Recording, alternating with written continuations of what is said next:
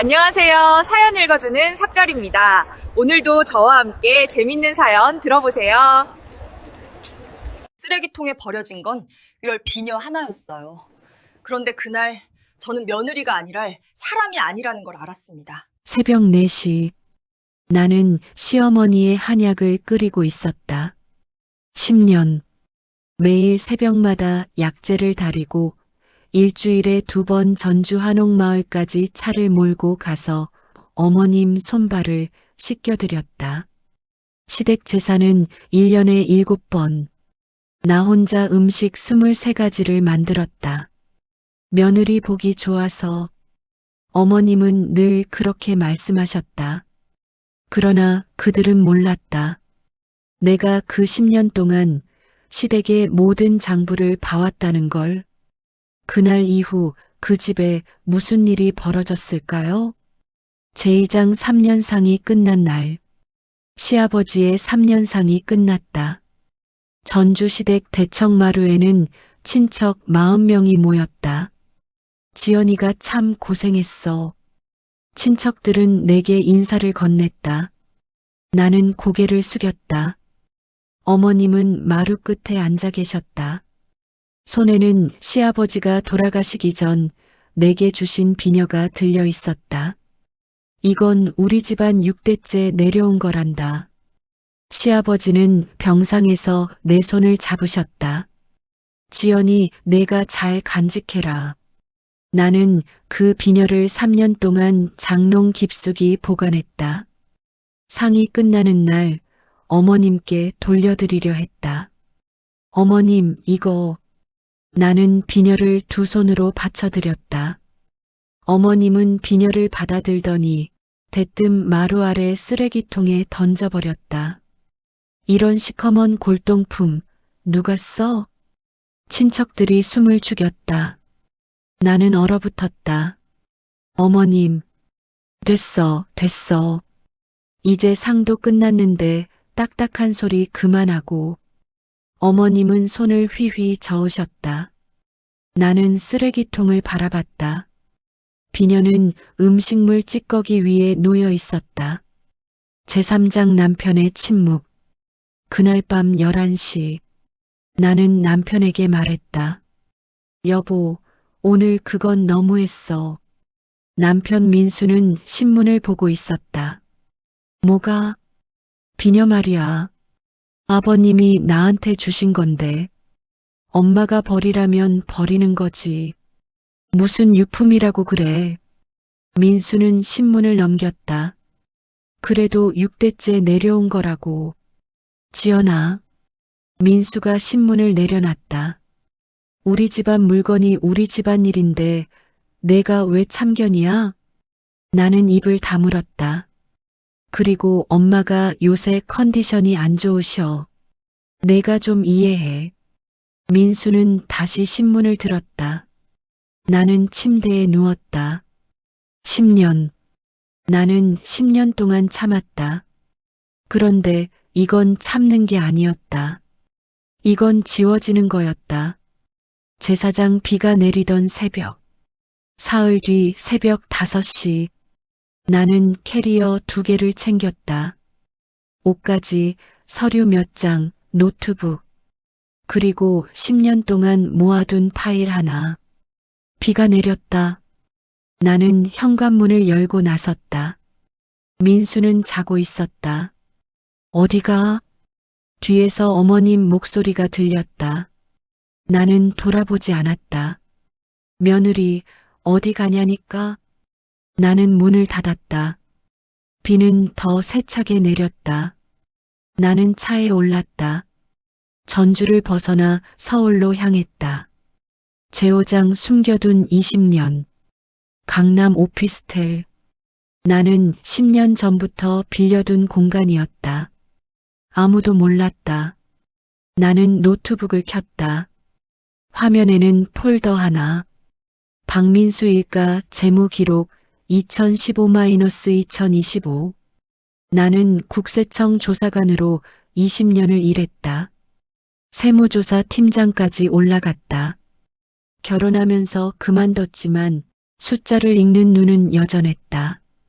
시댁 건설사 대성건설은 매출 500억 규모였다. 민수는 전무, 그의 형은 대표였다. 나는 10년 동안 시댁 식구들이 주고받는 통장을 봤다. 제사 준비하러 시댁 서재에 들어갈 때마다 나는 장부를 슬쩍 사진으로 찍었다. 어머님이 친척들에게 돈을 빌려줄 때 나는 차용증을 복사했다. 민수가 회사 법인카드를 집에서 쓸 때 나는 영수증을 챙겼다. 그렇게 모인 파일이 300개. 탈세 정황, 횡령 의혹, 서류 위조, 유령 직원. 나는 파일을 하나하나 열었다. 증거는 충분했다. 제육장 3통의 전화. 일주일 뒤 나는 3곳에 전화를 걸었다. 첫 번째, 국세청 옛 동료. 과장님, 저 한지연입니다. 오, 지연아. 오랜만이네. 제보 하나 하려고요. 나는 대성건설의 탈세 정황을 설명했다. 장부 조작, 이중계약, 페이퍼 컴퍼니. 이 정도면 특별 세무조사 들어갈 수 있겠는데? 증거 파일 보내드릴게요. 두 번째, 건설업계 감독기관. 나는 대성건설의 불법 하도급, 안전기준 위반 정황을 제보했다. 세 번째, 기자. 경제부 기자로 15년 경력. 나는 대성건설의 비리 전말을 요약해 전달했다. 이거 확인되면 큰 건데요. 일주일 뒤 확인하실 수 있을 겁니다. 나는 전화를 끊었다. 그리고 마지막 준비를 시작했다. 제7장 창립 50주년 기념식. 한 달 뒤 대성건설 창립 50주년 기념식. 서울 시내 특급 호텔 대연회장. 하객 200명. 나는 초대받지 않았다. 그러나 나는 갔다. 로비에서 민수를 마주쳤다. 지연아, 너 왜 여기? 오늘 축하드리러 왔어요. 민수는 당황했다. 엄마가 화내실 텐데. 괜찮아요. 잠깐만요. 나는 민수를 지나쳐 연회장으로 들어갔다. 단상에는 민수 형님과 어머님이 앉아 계셨다. 사회자가 마이크를 잡았다. 이제 회장님 기념사 듣겠습니다. 그때 연회장 뒤쪽 문이 열렸다. 국세청 조사관 5명이 들어왔다. 대성건설 박영호 대표님 계십니까? 연회장이 술렁였다. 특별 세무조사 영장 집행합니다. 하객들이 웅성거렸다. 민수 형님은 얼굴이 하얗게 질렸다. 지금 무슨... 조사관은 서류 뭉치를 내밀었다. 20억 원 규모 탈세 혐의, 횡령 혐의로 조사 진행합니다. 어머님이 자리에서 일어섰다. 이게 무슨 소리야? 그때 연회장 스크린에 화면이 떴다.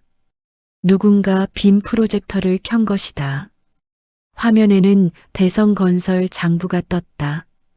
이중계약서, 가짜 영수증, 페이퍼 컴퍼니 통장 내역. 하객들이 숨을 죽였다. 이건 누가... 민수가 나를 봤다. 나는 무표정하게 서 있었다. 그때 기자 3명이 연회장 안으로 들어왔다. 카메라 플래시가 터졌다. 회장님, 탈세 혐의에 대해 한 말씀 해주시죠. 횡령 규모가 20억이라는데 사실입니까?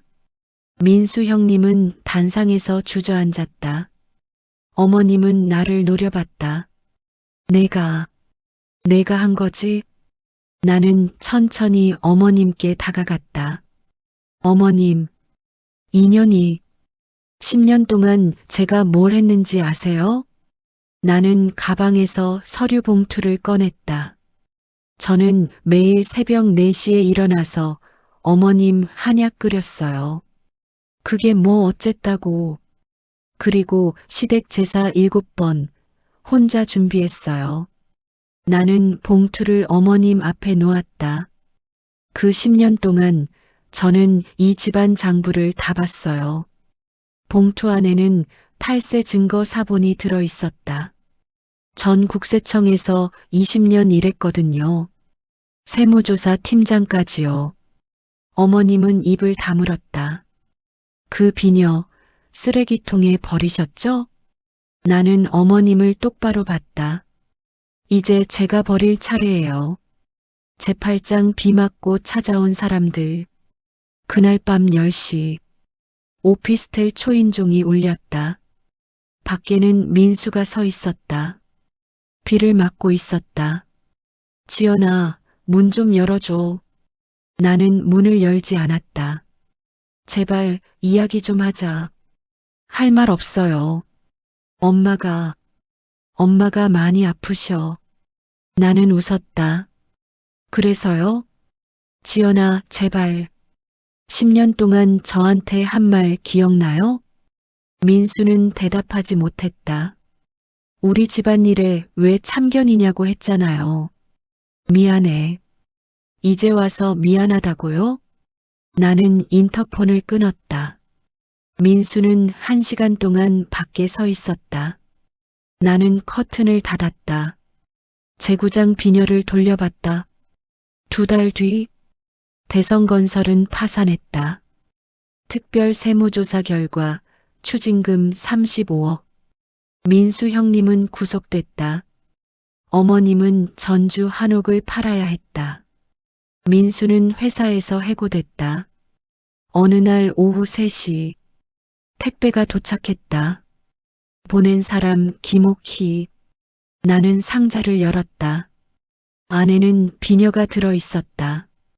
쓰레기통에서 건진 그 비녀. 그리고 편지 한 장. 지연아, 미안하다. 이거 내가 가져라. 나는 비녀를 들었다. 6대째 내려온 물건. 시아버지가 내게 맡기신 것. 나는 비녀를 닦았다. 그리고 서랍 깊숙이 넣었다. 제10장 이혼 조정. 석 달 뒤 가정법원 조정실. 민수가 앉아 있었다. 위자료는 3억. 나는 서류를 내밀었다. 재산 분할은 반반. 민수는 고개를 숙였다. 지연아, 정말 서명하세요. 민수는 펜을 들었다. 손이 떨렸다. 나 정말 몰랐어. 뭐려? 내가 이렇게 강한 사람인 줄. 나는 웃지 않았다. 강한 게 아니에요. 그냥 참는 걸 그만둔 거예요. 민수는 서류에 서명했다. 조정은 30분 만에 끝났다. 나는 법원을 나섰다. 가을바람이 불었다. 나는 처음으로 숨을 크게 들이마셨다. 자유로웠다. 제11장 새로운 시작. 6개월 뒤 나는 세무사 사무소를 열었다. 서울 서초동 작은 사무실. 간판 한지연 세무회계사무소. 첫 고객은 이혼 소송 중인 여성이었다. 남편이 재산을 숨긴 것 같아요. 증거 있으세요? 아니요. 그냥 느낌이. 나는 고개를 끄덕였다. 제가 한번 봐드릴게요. 나는 그녀의 남편 통장 내역을 받았다. 3일 만에 숨겨진 계좌 4개를 찾아냈다. 이거 어떻게... 숫자는 거짓말을 못해요. 그녀는 울었다. 감사합니다. 나는 그녀의 손을 잡았다. 괜찮아요. 이제 시작이에요. 제12장 비녀의 주인. 1년 뒤 나는 전주를 다시 찾았다. 시아버지 산소. 나는 꽃을 놓고 절을 했다. 아버님, 비녀 잘 간직하고 있어요. 바람이 불었다. 나는 가방에서 비녀를 꺼냈다. 이제 이 비녀의 주인은 저예요. 비녀는 햇빛에 반짝였다.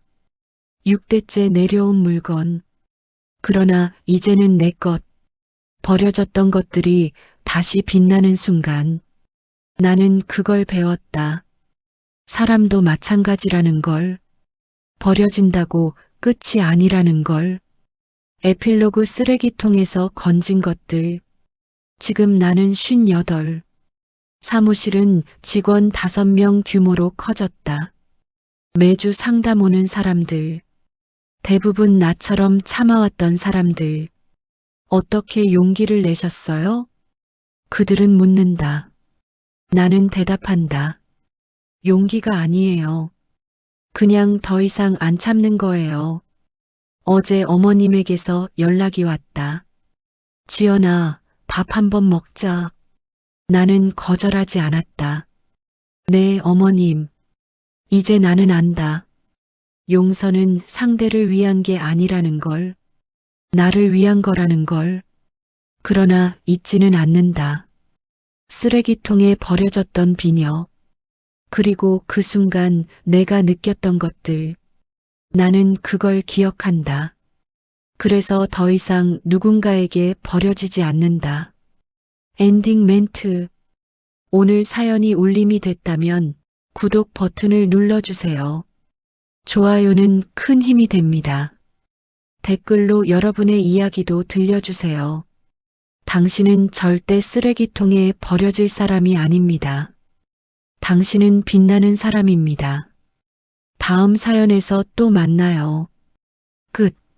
총 분량 약 14,500자 예상 낭독 시간 75분 1.1막2 시퀀스는 훅으로 이 시퀀스는 1장이 배경 2막1 시퀀스는 실행 과정응 이 시퀀스는 위기징 조삼 시퀀스는 파국 3막1 시퀀스는 회복의 선택 이 시퀀스는 교훈과 여운으로 만들어줘. 2. 숫자는 한글로 오전 805 설정 요약. 주인공 한지연 57세, 전직 국세청 조사관 출신. 남편 박민수 60세, 중견 건설사 전무. 시어머니 김옥희 84세, 전통 한옥 보유. 배경 전주 한옥마을 인근 고급 주택가. 핵심 모욕 3년상 끝난 제사 뒤 비녀를 쓰레기통에 버림. 주인공 카드 세무조사 경력 20년 숨겨둔 탈세 증거. 클라이맥스 건설사 창립 50주년 기념식. 상징 회수 시어머니의 골동품 비녀. 1막 무너지는 세계. 1막 1 시퀀스 쓰레기통에 버려진 비녀 훅. 새벽 4시. 나는 시어머니의 한약을 끓이고 있었다. 10년. 매일 새벽마다 약재를 다리고 일주일에 2번 전주 한옥마을까지 차를 몰고 가서 어머님 손발을 씻겨드렸다. 시댁 제사는 1년에 7번. 나 혼자 음식 23가지를 만들었다. 빨래는 손빨래로만. 어머님은 세탁기를 믿지 않으셨다. 겨울에도 찬물에 손을 담그고 빨았다. 손마디가 굵어졌다. 며느리 보기 좋아서. 어머님은 늘 그렇게 말씀하셨다. 나는 웃으며 고개를 숙였다. 그러나 그들은 몰랐다. 내가 그 10년 동안 시댁의 모든 장부를 봤다는 걸. 그날 이후 그 집에 무슨 일이 벌어졌을까요? 1막 2 시퀀스 10년의 일상. 결혼 초기. 나는 37에 민수를 만났다. 늦은 나이였다.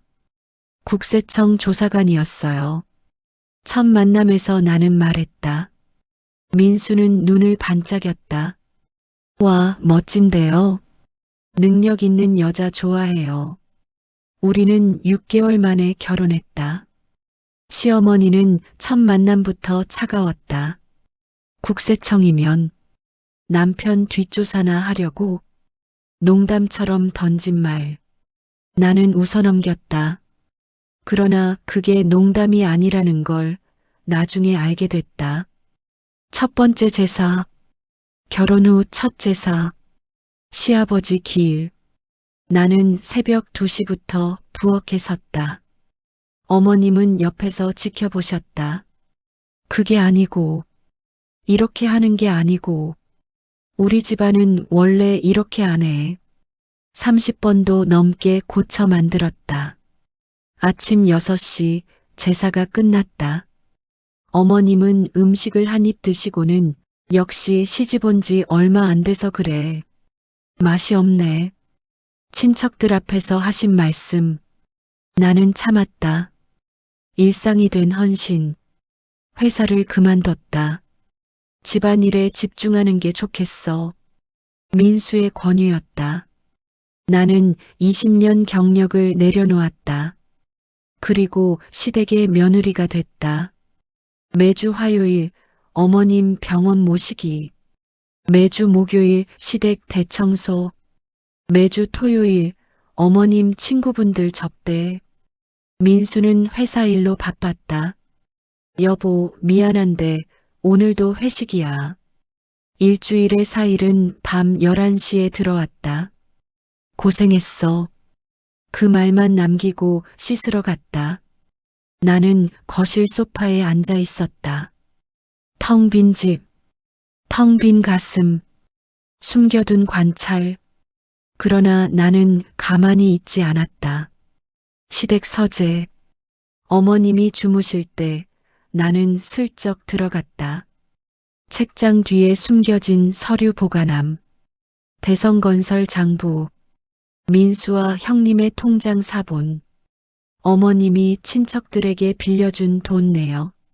나는 핸드폰으로 사진을 찍었다. 조용히 빠르게. 20년 조사관 경력이 몸에 배어 있었다. 숫자를 보면 알았다. 이 집안은 깨끗하지 않았다. 어느 목요일 오후 어머님과 차를 마셨다.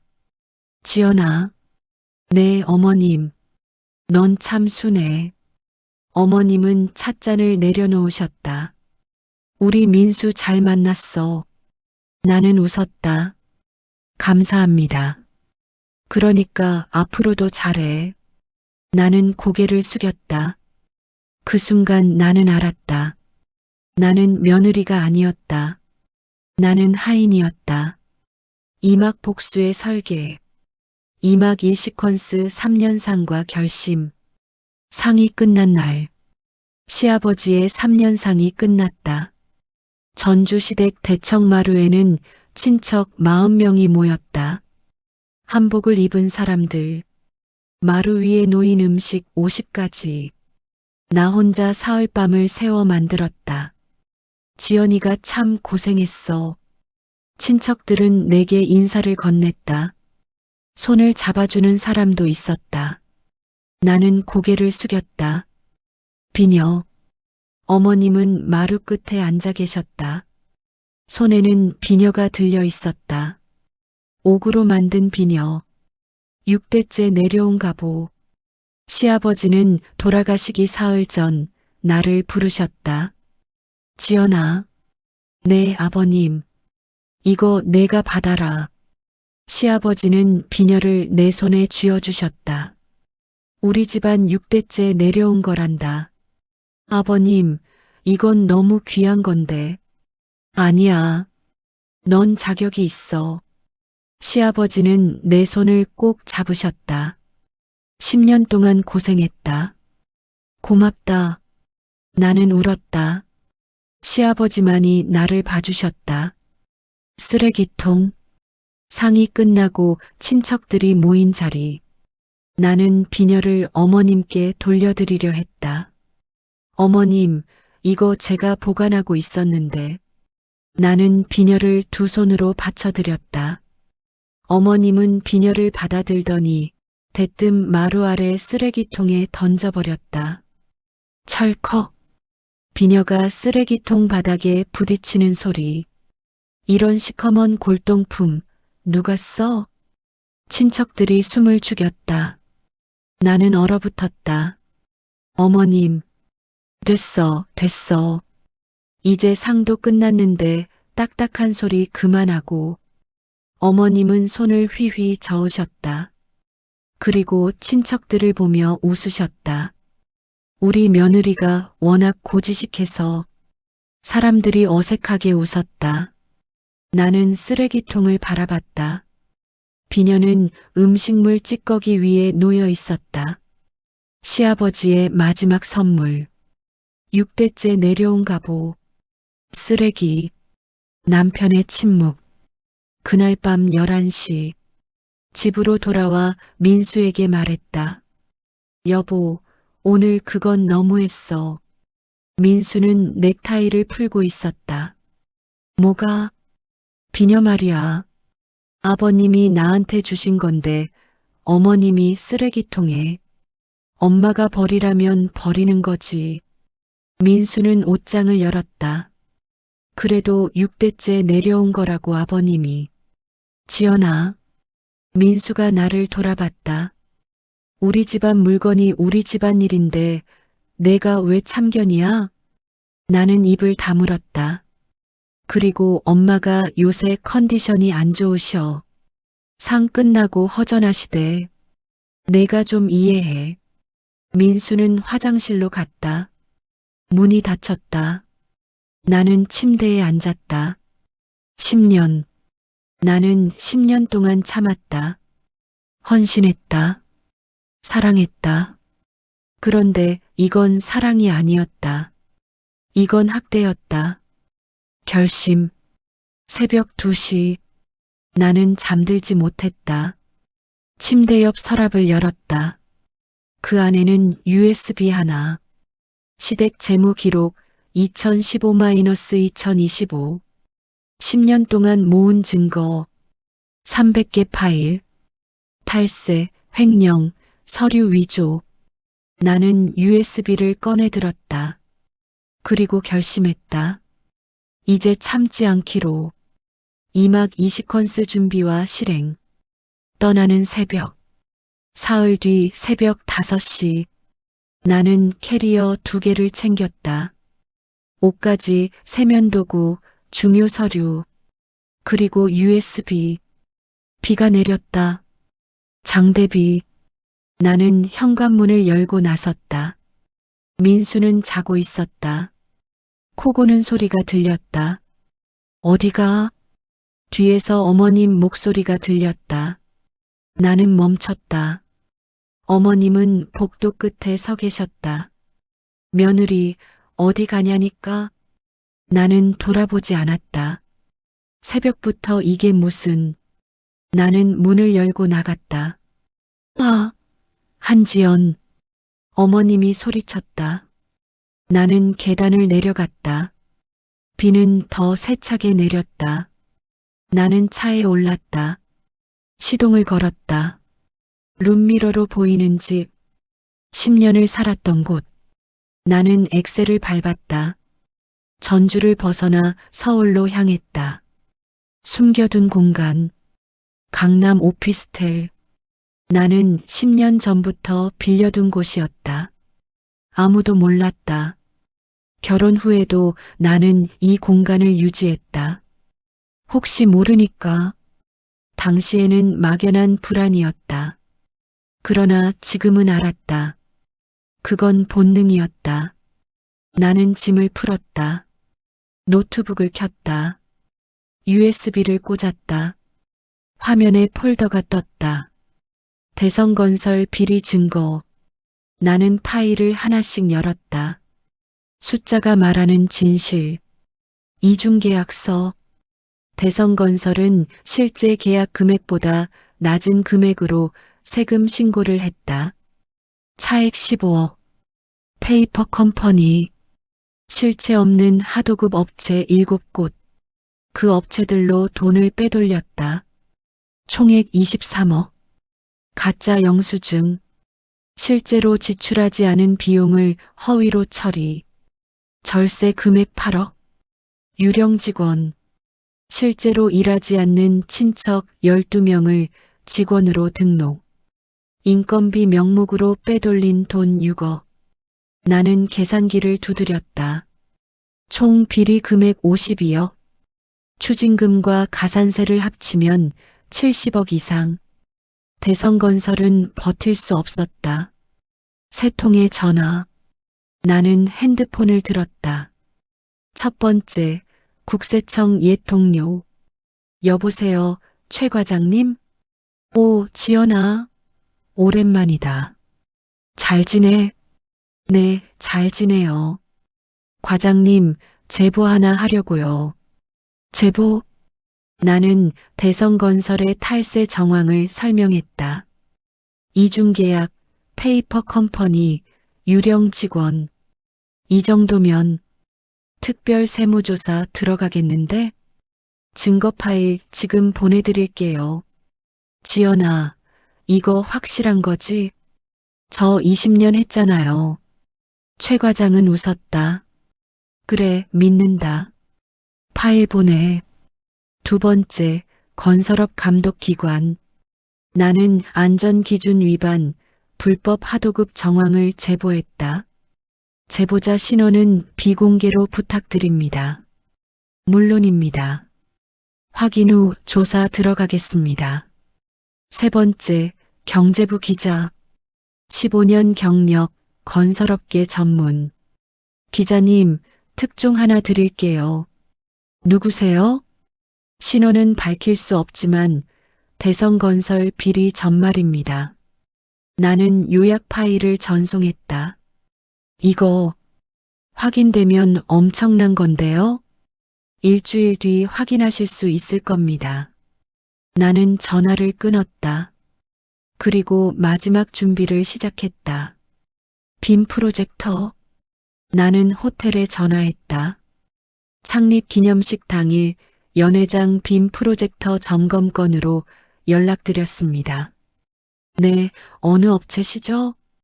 AV 시스템 협력업체입니다. 당일 오전에 최종 점검 들어갈게요. 아, 네.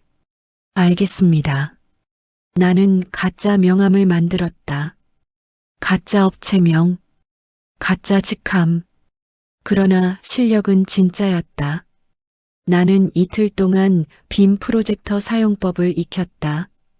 리모컨 조작, 파일 업로드, 타이밍. 완벽했다.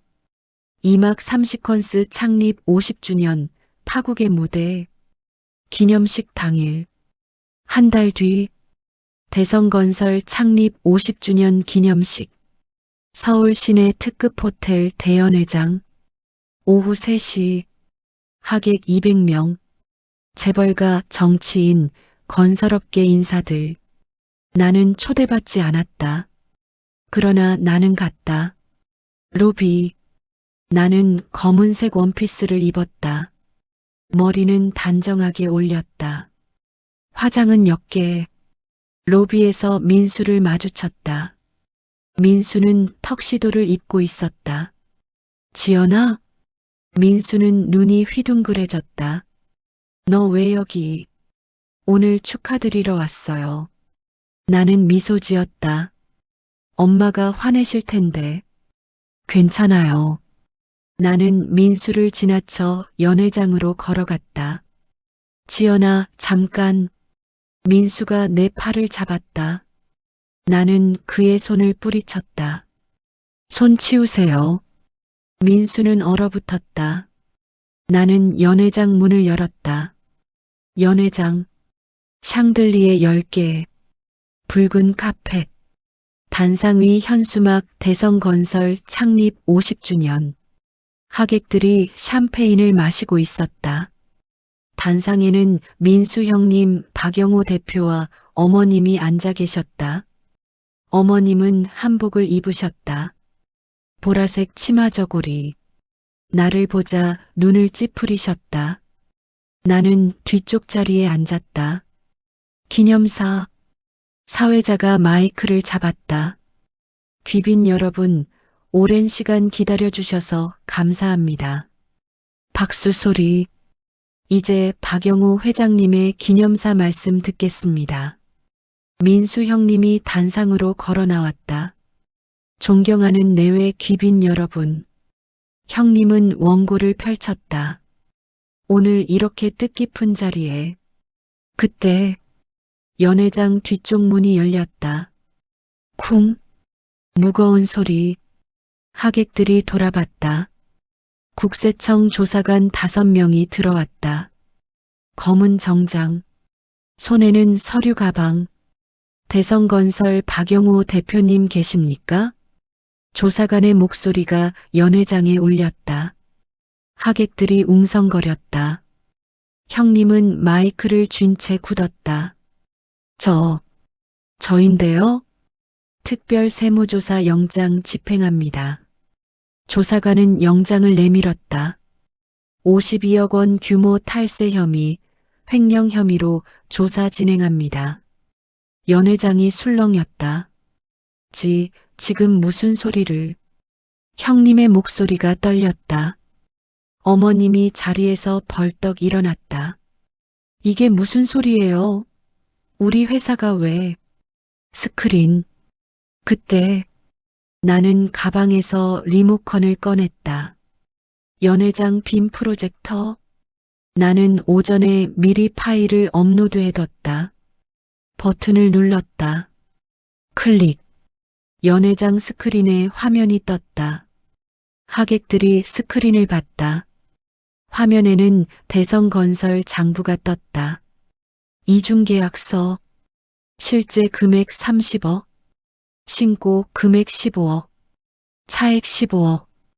다음 화면. 페이퍼 컴퍼니 통장 내역. 성우건설, 대한하도급, 미래산업. 실체 없는 회사 7곳. 입금 내역 총 23억. 다음 화면. 유령 직원 명단. 12명. 모두 친척. 실제 근무 기록 없음. 하객들이 숨을 죽였다. 이게 뭐야? 형님은 얼굴이 하얗게 질렸다. 민수가 나를 봤다. 나는 무표정하게 앉아 있었다. 기자들. 연회장 문이 다시 열렸다. 기자 5명이 들어왔다. 카메라, 마이크, 녹음기. 플래시가 터졌다. 회장님, 탈세 혐의에 대해 한 말씀. 횡령 금액이 50억이라는데 사실입니까? 페이퍼 컴퍼니는 어떻게 운영했습니까? 형님은 단상에서 주저앉았다. 어머님은 나를 노려봤다. 눈에 도끼가 서렸다. 내가 한 거지? 나는 천천히 일어났다. 하객들이 나를 봤다. 나는 단상으로 걸어갔다. 고백. 어머님. 나는 어머님 앞에 섰다. 2년이. 어머님이 손을 들었다. 나는 피하지 않았다. 민수가 어머님 팔을 잡았다. 엄마, 진정하세요. 2년이 우리 집안을 망쳤어. 나는 가방에서 서류 봉투를 꺼냈다. 10년 동안 제가 뭘 했는지 아세요? 나는 봉투를 어머님 앞에 놓았다. 저는 매일 새벽 4시에 일어나서 어머님 한약 끓였어요. 그게 뭐 어쨌다고. 1년에 7번 제사 혼자 준비했어요. 나는 봉투를 열었다. 안에는 탈세 증거 사본 300장. 그 10년 동안 저는 이 집안 장부를 다 봤어요. 어머님은 입을 다물었다. 전 국세청에서 20년 일했거든요. 하객들이 웅성거렸다. 세무조사 팀장까지 했어요. 나는 어머님을 똑바로 봤다. 3년상 끝나고 시아버님이 주신 비녀 기억하세요? 어머님은 눈을 피했다. 쓰레기통에 버리셨죠? 그건 이제 제가 버릴 차례예요. 나는 돌아섰다. 연회장을 나갔다. 뒤에서 비명소리, 울음소리, 고함소리. 나는 뒤돌아보지 않았다. 산막 회복과 교훈. 산막 일시퀀스 비 맞고 찾아온 사람들. 첫 번째 방문. 그날 밤 10시. 오피스텔 초인종이 울렸다. 밖에는 민수가 서 있었다. 비를 맞고 있었다. 턱시도는 흠뻑 젖어 있었다. 지연아, 문 좀 열어줘. 나는 인터폰 너머로 말했다. 왜 왔어요? 제발 이야기 좀 하자. 할 말 없어요. 엄마가 많이 아프셔. 나는 웃었다. 그래서요? 지연아, 제발. 이거 취소할 수 없어? 취소요? 세무조사, 기사 다. 나는 인터폰을 끊었다. 민수는 문을 두드렸다. 쿵쿵쿵. 지연아, 제발. 나는 귀마개를 했다. 커튼을 쳤다. 민수는 2시간 동안 밖에 서 있었다. 새벽 1시. 소리가 멈췄다. 나는 창문을 열었다. 민수는 없었다. 빗자국만 남아 있었다. 2번째 방문. 사흘 뒤 오후 3시. 초인종이 다시 울렸다. 이번에는 어머님이었다. 지연아, 어머니야. 나는 문을 열지 않았다. 제발 문 좀 열어라. 왜 오셨어요?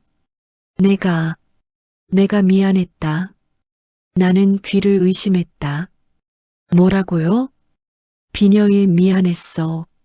내가 잘못했어. 나는 문고리에 손을 뗐다.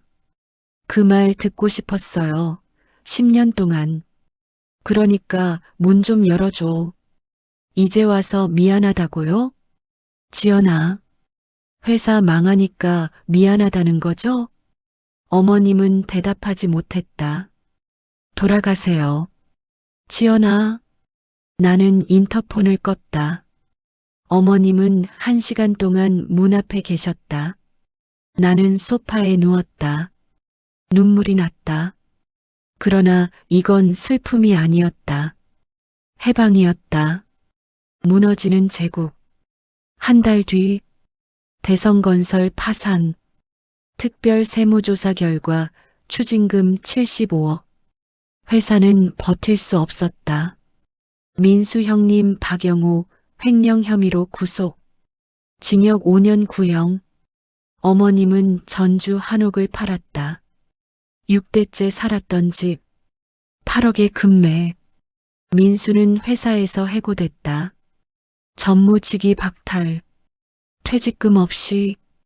그는 작은 건설 자문회사에 취직했다. 월급 300만 원. 어머님은 요양병원에 들어가셨다. 스트레스로 쓰러지셨다. 1달 입원비 400만 원. 민수가 됐다. 비녀. 어느 날 오후 4시. 택배가 도착했다. 보낸 사람 김옥희. 나는 상자를 열었다. 안에는 비녀가 들어 있었다. 쓰레기통에서 건진 그 비녀. 그리고 편지 1장. 지연아, 미안하다. 이거 내가 가져라. 내 거다. 나는 비녀를 들었다. 6대째 내려온 물건. 시아버지가 내게 맡기신 것. 나는 비녀를 물로 씻었다. 부드러운 천으로 닦았다. 옥은 여전히 빛났다. 나는 비녀를 서랍에 넣었다. 깊숙이, 소중하게, 이혼 조정. 3달 뒤, 가정법원 조정실. 민수가 앉아 있었다. 수척해 보였다. 위자료는 3억. 나는 서류를 내밀었다. 재산 분할은 반반. 민수는 서류를 봤다. 지연아, 이건 너무 법대로 하는 거예요. 3억은 내가 어떻게 10년 분할로 해드릴게요. 1달에 250만 원. 민수는 고개를 숙였다. 정말 서명하세요. 민수는 펜을 들었다. 손이 떨렸다. 서류에 이름을 쓰는데 3분이 걸렸다. 나 정말 몰랐어. 뭐려? 내가 이렇게 강한 사람인 줄. 나는 서류를 챙겼다. 강한 게 아니에요. 나는 일어섰다. 그냥 더 이상 안 참는 거예요. 나는 조정실을 나왔다. 복도 창문으로 가을 하늘이 보였다. 높고 파랬다. 나는 숨을 크게 들이마셨다. 자유. 산막 20컨스 비녀의 주인과 새로운 삶. 세무회계사무소. 6개월 뒤 나는 세무사 사무소를 열었다. 서울 서초동. 작은 사무실. 평수는 15평. 책상 3개, 의자 6개. 간판 한지연 세무회계사무소. 개업 첫날. 나는 사무실에 혼자 앉아 있었다. 창문으로 햇살이 들어왔다. 따뜻했다. 첫 고객. 오후 2시. 문이 열렸다. 40대 여성이 들어왔다. 눈이 퉁퉁 부어 있었다. 안녕하세요. 예약한 최은정입니다. 앉으세요. 나는 차를 따라줬다. 무슨 일로 오셨어요? 이혼 준비 중인데요. 그녀는 울먹였다. 남편이 재산을 숨긴 것 같아요. 증거 있으세요? 아니요. 그냥 느낌이. 나는 고개를 끄덕였다. 통장 내역 있으세요? 이것밖에 없어요. 그녀는 통장 사본 3장을 꺼냈다. 나는 숫자를 봤다. 입금, 출금, 날짜, 시간. 패턴이 보였다. 3일만 시간 주세요. 숨겨진 계좌. 나는 사흘 동안 분석했다. 통장 입금 내역, 급여, 보너스, 이자. 그런데 지출이 이상했다. 월 500만 원 적자. 그러나 대출은 없었다. 나는 거래처를 추적했다. ATM 출금 기록. 특정 지점 5곳. 그 지점 근처에 있는 은행. 나는 은행을 리스트업했다. 그리고 최은정, 남편 명의 계좌를 조회했다. 숨겨진 계좌 4개. 총 잔액 2억 3천만 원. 찾았다. 진실. 사흘 뒤 최은정이 다시 왔다.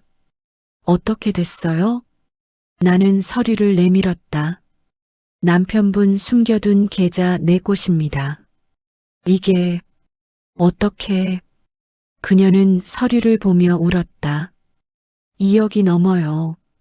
이걸 숨기고 증거 확보하셨으니 법원에 제출하세요. 감사합니다, 정말. 그녀는 내 손을 잡았다. 선생님은 어떻게 이런 일을 하게 되셨어요? 나는 잠시 생각했다. 저도 비슷한 일을 겪어서요. 그러셨구나. 괜찮아요. 이제 시작이에요. 그녀는 울면서 웃었다. 나도 웃었다. 1년 뒤 사무실은 직원 5명 규모로 커졌다.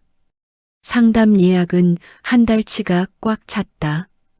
대부분 나처럼 참아왔던 사람들, 이혼 준비 중인 여성, 재산 분할 싸우는 남성, 상속 문제로 고민하는 자녀. 나는 그들에게 숫자를 보는 법을 알려줬다. 숫자는 거짓말하지 않아요. 그리고 용기를 줬다. 당신은 충분히 강해요. 비녀의 주인. 어느 토요일 오전, 나는 전주를 찾았다. 시아버지 산소. 나는 꽃을 놓고 절을 했다. 아버님, 잘 지내고 있어요. 바람이 불었다. 단풍잎이 떨어졌다. 비녀 잘 간직하고 있어요. 나는 가방에서 비녀를 꺼냈다. 이제 이 비녀의 주인은 저예요.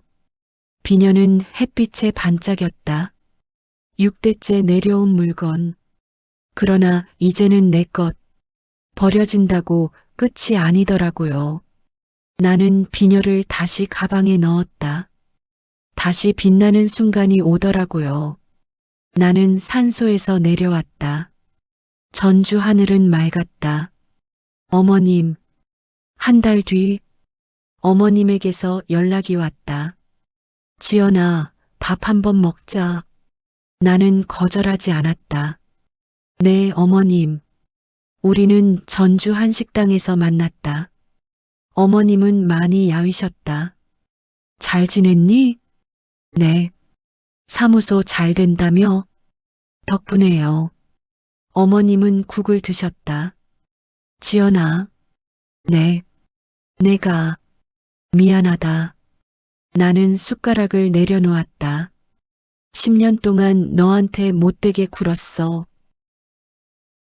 비녀도 그때 내가 화풀이한 거였어. 어머님은 눈물을 닦으셨다. 용서해달라는 건 아니야. 그냥 미안하다. 나는 한참 생각했다. 어머님, 응? 용서는 제가 저를 위해 하는 거예요. 나는 어머님을 봤다. 어머님을 위한 게 아니에요. 그래서 용서할게요. 제가 편하려고요. 어머님은 고개를 숙였다. 우리는 말없이 밥을 먹었다. 그러나 이상하게 편했다. 에필로그. 지금 나는 58. 사무실은 서초동에서 강남으로 확장했다. 직원은 12명. 일주일에 30건 상담. 어제는 60대 여성이 왔다. 남편이 평생 모은 돈을 자식들한테만 주려고 해요. 나는 그녀에게 증여세 계산법을 알려줬다. 그리고 법적 대응 방법을. 선생님, 어떻게 용기를 내셨어요? 사람들은 묻는다.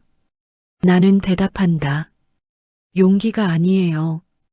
그냥 더 이상 안 참는 거예요. 매일 아침 나는 출근길에 비녀를 본다. 서랍 깊숙이 보관된 비녀. 그건 나를 깨운다. 너는 버려질 사람이 아니야. 너는 빛나는 사람이야. 쓰레기통에서 건진 것들. 인생에서 버려진다는 건 끝이 아니었다. 시작이었다. 쓰레기통에 던져진 비녀처럼 나도 버려졌다. 그러나 나는 그걸 다시 주었다. 닦았다. 빛냈다. 그리고 내 것으로 만들었다. 지금 내 사무실에 오는 사람들, 그들도 버려졌다고 생각한다. 남편에게, 가족에게, 세상에게, 나는 그들에게 말한다. 당신은 쓰레기가 아니에요. 당신은 빛나는 사람이에요. 그리고 나는 그들에게 비녀를 보여준다. 6대째 내려온 물건, 쓰레기통에 버려졌던 것. 그러나 지금은 가장 소중한 것. 봐요. 버려졌어도 괜찮아요. 다시 빛나면 돼요. 엔딩 멘트. 오늘 사연이 울림이 됐다면 구독 버튼을 눌러주세요. 좋아요는 큰 힘이 됩니다. 댓글로 여러분의 이야기도 들려주세요. 여러분은 절대 쓰레기통에 버려질 사람이 아닙니다. 여러분은 빛나는 사람입니다. 그걸 잊지 마세요. 다음 사연에서 또 만나요. 끝. 총 분량 약 16,800자 예상 낭독 시간 85분씩 나누지 말고 나레이션만 뽑아줘일 시간 분량 오전 811 쓰레기통에 버려진 비녀. 새벽 4시. 나는 시어머니의 한약을 끓이고 있었다. 10년. 매일 새벽마다 약재를 다리고 일주일에 2번 전주 한옥마을까지 차를 몰고 가서 어머님 손발을 씻겨드렸다.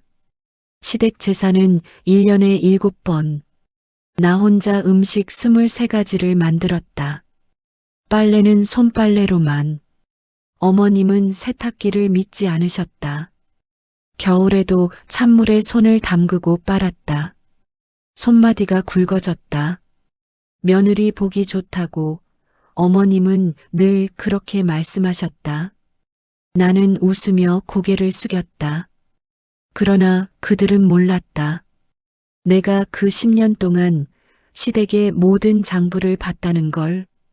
그날 이후 그 집에 무슨 일이 벌어졌을까요? 나는 37에 민수를 만났다. 늦은 나이였다. 국세청 조사관이었다고 했더니 민수는 눈을 반짝였다. 능력 있는 여자가 좋다고 했다. 우리는 6개월 만에 결혼했다. 시어머니는 첫 만남부터 차가웠다. 국세청이면 남편 뒷조사나 하려고 하느냐고 농담처럼 던진 말. 나는 웃어넘겼다. 그러나 그게 농담이 아니라는 걸 나중에 알게 됐다. 결혼 후 첫 제사, 시아버지 기일.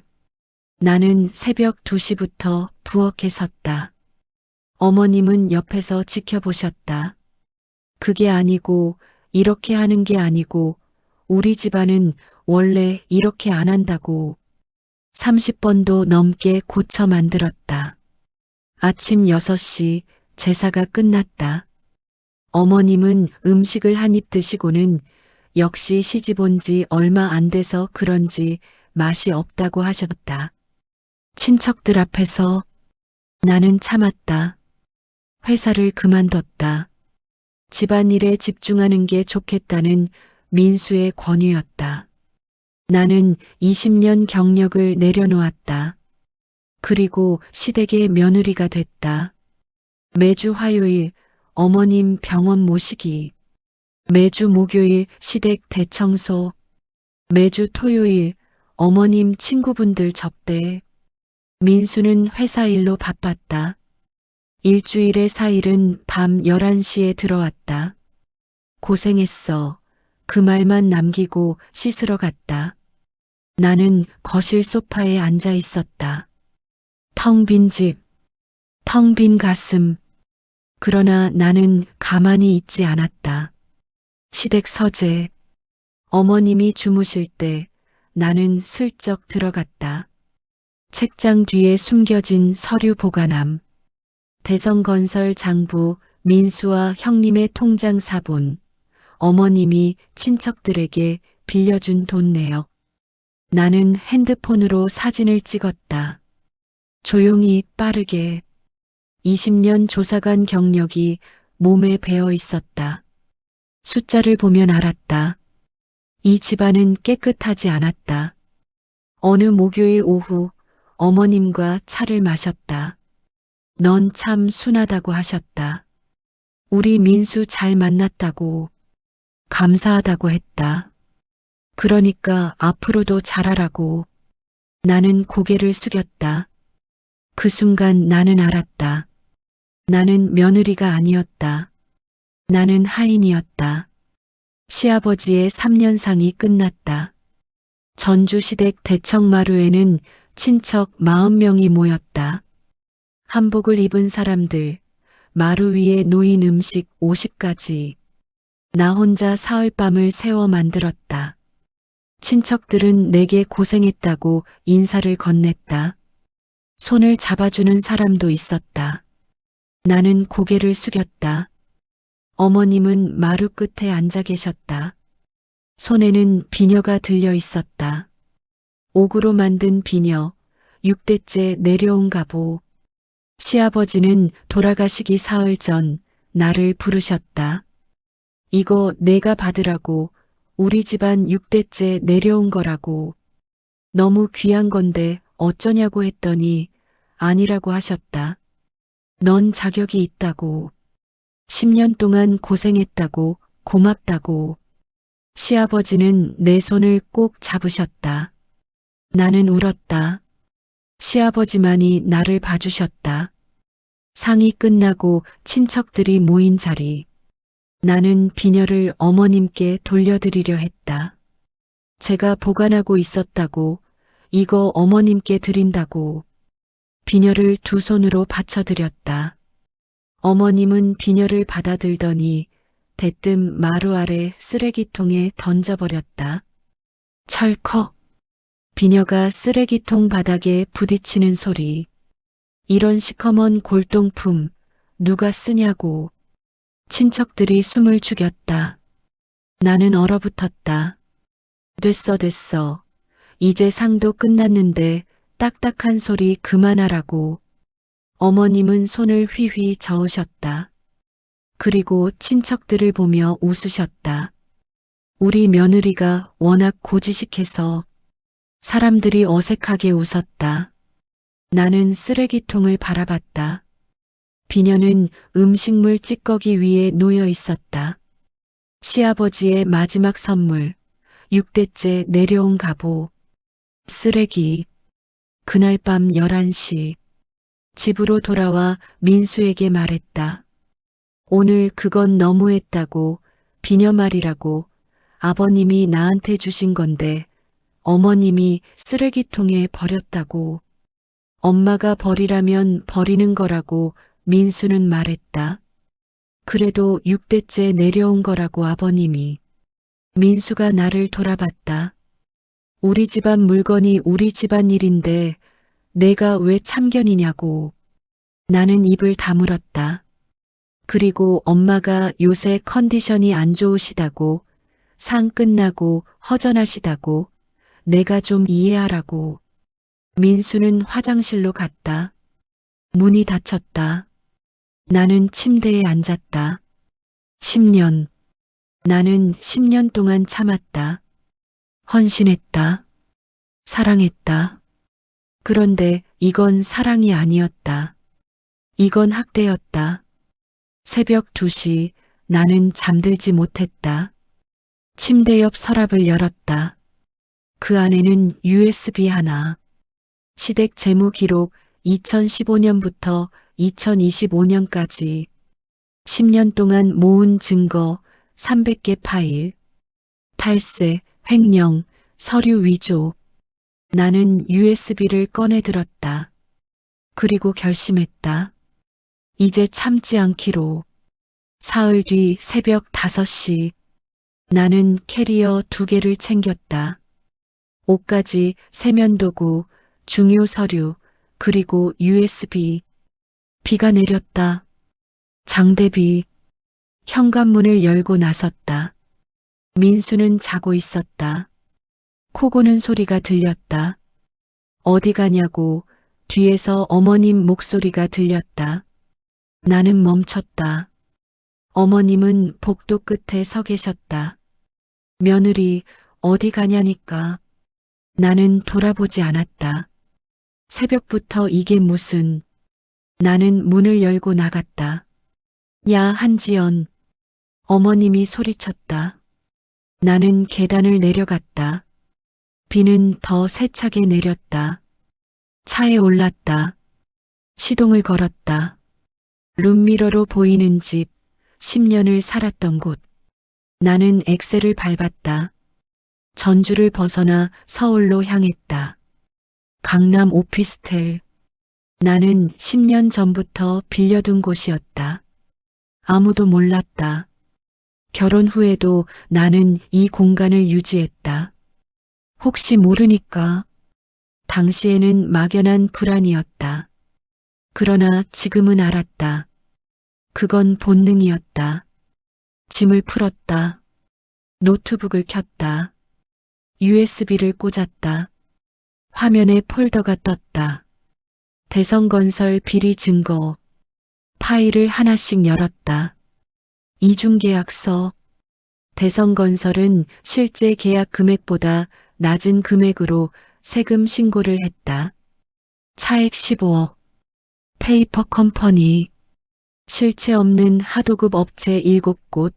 그 업체들로 돈을 빼돌렸다. 총액 23억. 가짜 영수증. 실제로 지출하지 않은 비용을 허위로 처리. 절세 금액 8억. 유령 직원. 실제로 일하지 않는 친척 12명을 직원으로 등록. 인건비 명목으로 빼돌린 돈 6억. 계산기를 두드렸다. 총 비리 금액 52억. 추징금과 가산세를 합치면 70억 이상. 대성건설은 버틸 수 없었다. 핸드폰을 들었다. 첫 번째, 국세청 옛 동료. 여보세요, 최 과장님, 오랜만이에요. 잘 지내요. 과장님 제보 하나 하려고요. 대성건설의 탈세 정황을 설명했다. 이중계약, 페이퍼 컴퍼니, 유령 직원. 이 정도면 특별 세무조사 들어가겠다고 했다. 증거 파일 지금 보내드린다고 했다. 지연아, 이거 확실한 거냐고. 저 20년 했잖아요. 최 과장은 웃었다. 그래, 믿는다. 파일 보내. 두 번째, 건설업 감독기관. 안전기준 위반, 불법 하도급 정황을 제보했다. 제보자 신원은 비공개로 부탁드린다고 했다. 물론입니다. 확인 후 조사 들어가겠다고 했다. 세 번째, 경제부 기자. 15년 경력, 건설업계 전문. 기자님, 특종 하나 드릴게요. 누구냐고. 신원은 밝힐 수 없지만 대성건설 비리 전말이라고 요약 파일을 전송했다. 이거 확인되면 엄청난 건데요. 일주일 뒤 확인하실 수 있을 거라고 했다. 전화를 끊었다. 그리고 마지막 준비를 시작했다. 호텔에 전화했다. 창립 기념식 당일 연회장 빔 프로젝터 점검 건으로 연락드렸다고 어느 업체냐고 물었다. AV 시스템 협력업체라고 당일 오전에 최종 점검 들어간다고 했다. 아, 네, 알겠다고 했다. 가짜 명함을 만들었다. 가짜 업체명, 가짜 직함. 그러나 실력은 진짜였다. 이틀 동안 빔 프로젝터 사용법을 익혔다. 리모컨 조작, 파일 업로드, 타이밍. 완벽했다. 한 달 뒤, 대성건설 창립 50주년 기념식. 서울 시내 특급 호텔 대연회장. 오후 3시. 하객 200명. 재벌가, 정치인, 건설업계 인사들. 나는 초대받지 않았다. 그러나 나는 갔다. 검은색 원피스를 입었다. 머리는 단정하게 올렸다. 화장은 옅게. 로비에서 민수를 마주쳤다. 민수는 턱시도를 입고 있었다. 지연아, 너 왜 여기? 오늘 축하드리러 왔다고 했다. 미소 지었다. 엄마가 화내실 텐데. 괜찮다고 했다. 민수를 지나쳐 연회장으로 걸어갔다. 지연아, 잠깐. 민수가 내 팔을 잡았다. 손을 뿌리쳤다. 손 치우세요. 민수는 얼어붙었다. 연회장 문을 열었다. 샹들리에 10개, 붉은 카펫, 단상 위 현수막 대성건설 창립 50주년. 하객들이 샴페인을 마시고 있었다. 단상에는 민수 형님, 박영호 대표와 어머님이 앉아 계셨다. 어머님은 보라색 치마 저고리를 입으셨다.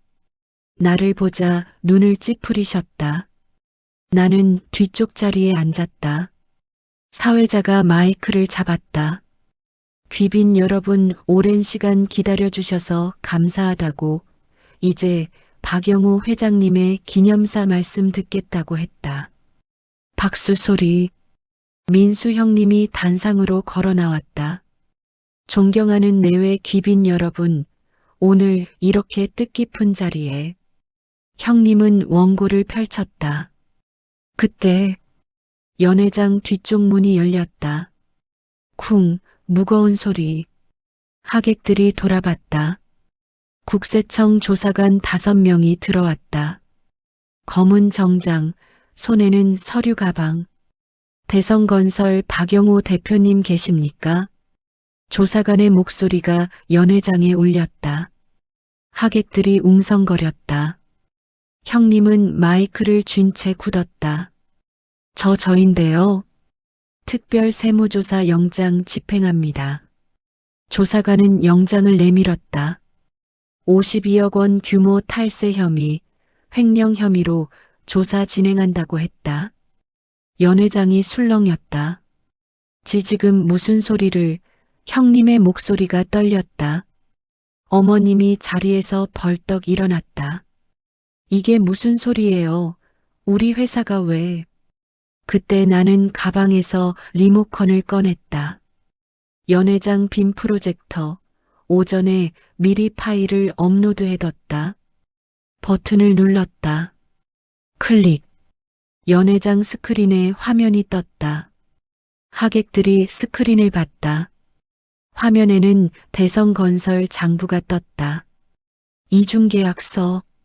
실제 금액 30억, 신고 금액 15억, 차액 15억.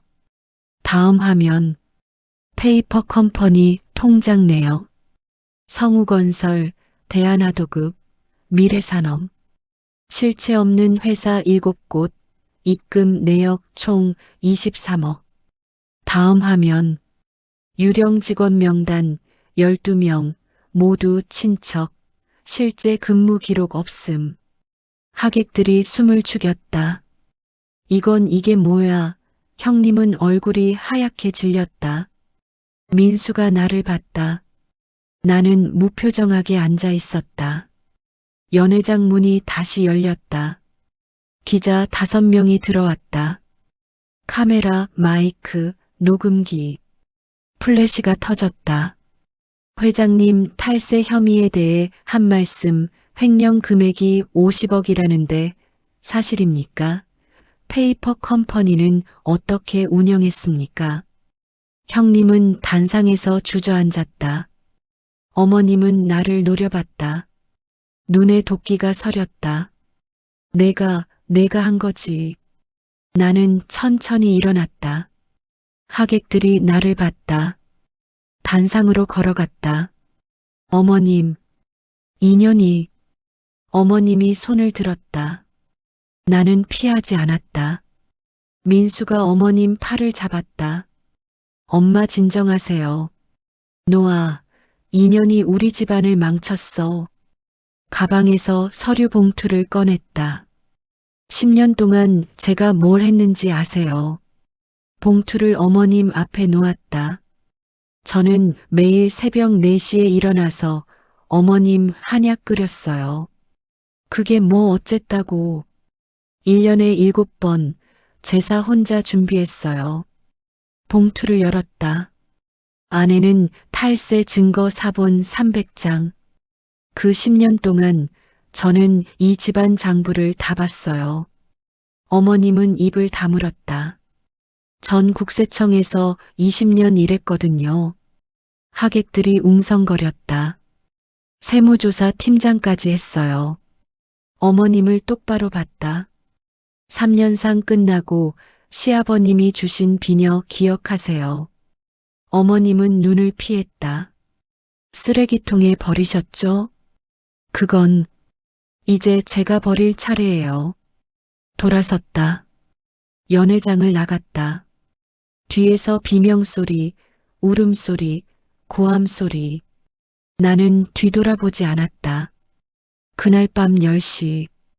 오피스텔 초인종이 울렸다. 밖에는 민수가 서 있었다. 비를 맞고 있었다. 턱시도는 흠뻑 젖어 있었다. 지연아, 문 좀 열어줘. 인터폰 너머로 말했다. 왜 왔어요? 제발 이야기 좀 하자. 할 말 없어요. 엄마가 많이 아프셔. 웃었다. 그래서요. 지연아, 제발 이거 취소할 수 없어. 세무조사 기사다. 인터폰을 끊었다. 민수는 문을 두드렸다. 쿵쿵쿵. 지연아, 제발. 귀마개를 했다. 커튼을 쳤다. 민수는 2시간 동안 밖에 서 있었다. 새벽 1시 소리가 멈췄다. 창문을 열었다. 민수는 없었다. 빗자국만 남아 있었다. 사흘 뒤 오후 3시. 초인종이 다시 울렸다. 이번에는 어머님이었다. 지연아, 어머니야. 문을 열지 않았다. 제발 문 좀 열어라. 왜 오셨어요? 내가 미안했다. 귀를 의심했다. 뭐라고요? 비녀이 미안했어. 내가 잘못했어. 문고리에 손을 뗐다. 그 말 듣고 싶었어요. 10년 동안. 그러니까 문 좀 열어줘. 이제 와서 미안하다고요. 지연아, 회사 망하니까 미안하다는 거죠. 어머님은 대답하지 못했다. 돌아가세요. 지연아, 인터폰을 껐다. 어머님은 1시간 동안 문 앞에 계셨다. 소파에 누웠다. 눈물이 났다. 그러나 이건 슬픔이 아니었다. 해방이었다. 한 달 뒤 대성건설 파산, 특별 세무조사 결과 추징금 75억. 회사는 버틸 수 없었다. 민수 형님 박영우 횡령 혐의로 구속, 징역 5년 구형. 어머님은 전주 한옥을 팔았다. 6대째 살았던 집 8억에 급매. 민수는 회사에서 해고됐다. 전무직위 박탈, 퇴직금 없이 작은 건설 자문 회사에 취직했다. 월급 300만 원. 어머님은 요양병원에 들어가셨다. 스트레스로 쓰러지셨다. 한 달 입원비 400만 원 민수가 됐다. 어느 날 오후 4시 택배가 도착했다. 보낸 사람 김옥희. 상자를 열었다. 안에는 비녀가 들어 있었다. 쓰레기통에서 건진 그 비녀. 그리고 편지 한 장. 지연아 미안하다. 이거 내가 가져라. 내 거다. 비녀를 들었다. 6대째 내려온 물건, 시아버지가 내게 맡기신 것. 비녀를 물로 씻었다. 부드러운 천으로 닦았다. 옥은 여전히 빛났다. 비녀를 서랍에 넣었다. 깊숙이 소중하게. 석 달 뒤 가정법원 조정실. 민수가 앉아 있었다. 수척해 보였다. 위자료는 3억. 서류를 내밀었다. 재산 분할은 반반. 민수는 서류를 봤다. 지연아 이건 너무. 법대로 하는 거예요. 3억은 내가 어떻게. 10년 분할로 해드릴게요. 한 달에 250만 원. 민수는 고개를 숙였다. 정말. 서명하세요. 민수는 펜을 들었다. 손이 떨렸다. 서류에 이름을 쓰는데 3분이 걸렸다. 나 정말 몰랐어. 뭐려.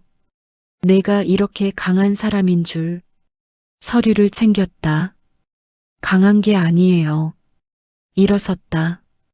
그냥 더 이상 안 참는 거예요. 조정실을 나왔다. 복도 창문으로 가을 하늘이 보였다. 높고 파랬다. 숨을 크게 들이마셨다. 자유. 6개월 뒤 세무사 사무소를 열었다. 서울 서초동 작은 사무실, 평수는 15평, 책상 3개, 의자 6개, 간판 한지연 세무회계사무소. 개업 첫날 사무실에 혼자 앉아 있었다. 창문으로 햇살이 들어왔다. 따뜻했다. 오후 2시 문이 열렸다. 40대 여성이 들어왔다. 눈이 퉁퉁 부어 있었다. 안녕하세요. 예약한 최은정입니다. 앉으라고 했다. 차를 따라줬다. 무슨 일로 오셨냐고. 이혼 준비 중인데요. 그녀는 울먹였다. 남편이 재산을 숨긴 것 같아요. 증거 있으세요? 아니요, 그냥 느낌이. 고개를 끄덕였다. 통장 내역 있으세요? 이것밖에 없어요. 그녀는 통장 사본 3장을 꺼냈다. 숫자를 봤다. 입금, 출금, 날짜, 시간. 패턴이 보였다. 3일만 시간 주세요. 사흘 동안 분석했다. 통장 입금 내역, 급여 보너스 이자. 그런데 지출이 이상했다.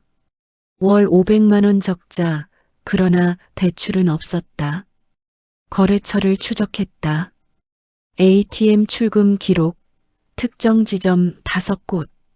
그 지점 근처에 있는 은행. 은행을 리스트업했다. 그리고 최은정 남편 명의 계좌를 조회했다. 숨겨진 계좌 4개, 총 잔액 2억 3천만 원. 찾았다. 사흘 뒤 최은정이 다시 왔다. 어떻게 됐냐고. 서류를 내밀었다. 남편분 숨겨둔 계좌 4곳입니다. 이게 어떻게, 그녀는 서류를 보며 울었다. 2억이 넘어요. 이걸 숨기고. 증거 확보하셨으니 법원에 제출하라고 했다. 감사합니다. 정말. 그녀는 내 손을 잡았다. 선생님은 어떻게 이런 일을 하게 되셨냐고. 잠시 생각했다. 저도 비슷한 일을 겪어서요. 그러셨구나. 괜찮아요. 이제 시작이에요. 그녀는 울면서 웃었다. 나도 웃었다. 1년 뒤 사무실은 직원 5명 규모로 커졌다. 상담 예약은 한 달치가 꽉 찼다.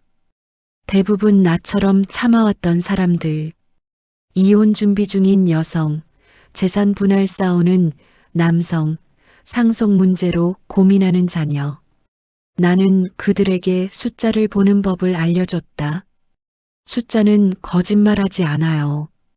그리고 용기를 줬다. 당신은 충분히 강해요. 어느 토요일 오전, 전주를 찾았다. 시아버지 산소, 꽃을 놓고 절을 했다. 아버님 잘 지내고 있어요.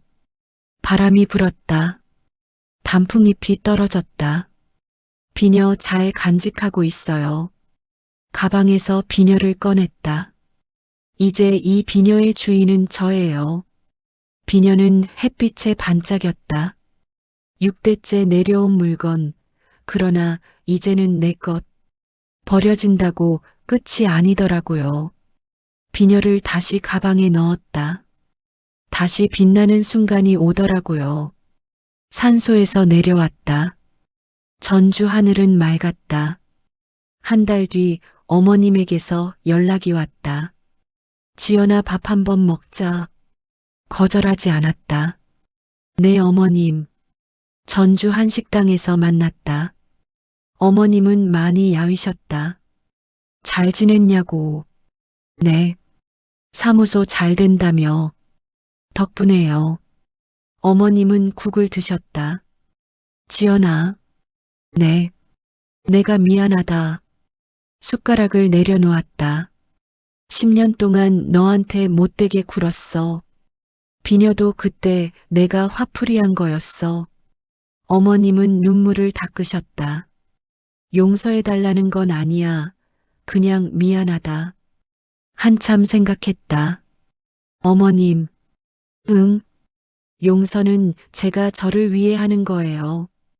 어머님을 봤다. 어머님을 위한 게 아니에요. 그래서 용서할게요. 제가 편하려고요. 어머님은 고개를 숙였다. 말없이 밥을 먹었다. 그러나 이상하게 편했다. 지금 나는 58. 사무실은 서초동에서 강남으로 확장했다. 직원은 12명, 일주일에 30건 상담. 어제는 60대 여성이 왔다. 남편이 평생 모은 돈을 자식들한테만 주려고 한다고. 그녀에게 증여세 계산법을 알려줬다. 그리고 법적 대응 방법을.